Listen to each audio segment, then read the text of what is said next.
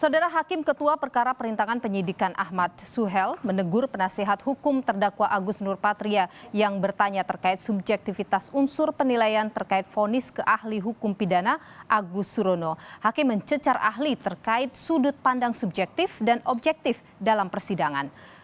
Hakim mencecar ahli pidana Agus Surono yang menjelaskan subjektivitas di sistem peradilan.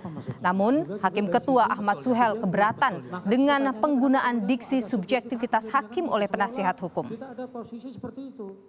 Ya, makanya saya kan tidak. Saudara ahli, saya ingin bertanya. Ada satu adagium hukum yang terkenal. Lebih baik membebaskan 1000 orang yang bersalah daripada menghukum 1 orang yang tidak bersalah. Bagaimana adagium ini dikaitkan dengan kewenangan subjektif hakim?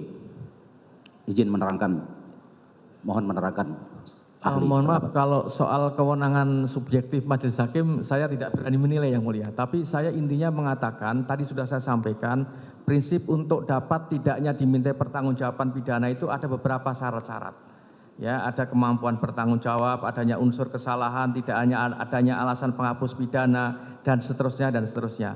Selama itu semua tidak terpenuhi atau salah satu tidak terpenuhi, katakanlah tadi hal yang paling prinsipil misalkan unsur melawan hukum tidak ada, unsur kesalahannya tidak ada, maka ya tentu tidak bisa dimintai pertanggungjawaban pidana. Saya kira itu yang bisa saya jawab, tapi kalau soal penilaian subjektif kewenangan majelis itu saya tidak berani untuk menilai, ini sepenuhnya menjadi kewenangan yang mulia. Kalau gitu pertanyaan subjektif hakim itu apa maksudnya?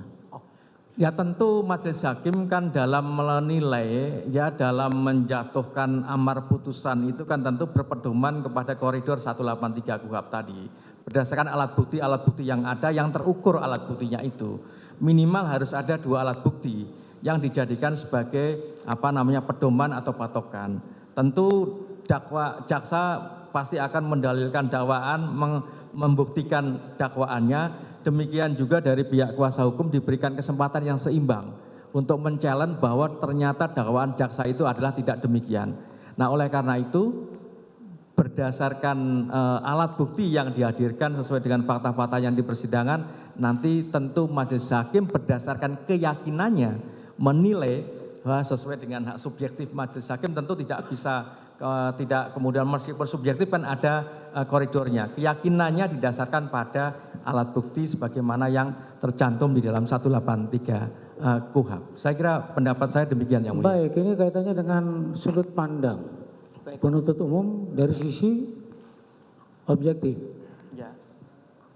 Dan dari sisi subjektif dari sudut pandangnya penasihat hukum. Seperti itu. Ya, artinya kan di dalam proses kan ada itu sudut pandang dari suatu peristiwa. Sudut pandang masing-masing kan kemudian berbeda-beda tentu yang mulia. Melihatnya dari sudut apa? Mereka membuat dari sudut pandang sesuai dengan dakwaan, yang kemudian dakwaan itu kan dibuktikan. Sudut pandang objektif. Objektif dari penuntut umum. Yeah. Nah, tentu dari pihak penasihat hukum juga punya juga sudut pandang yang subjektif juga atau yang objektif dari segi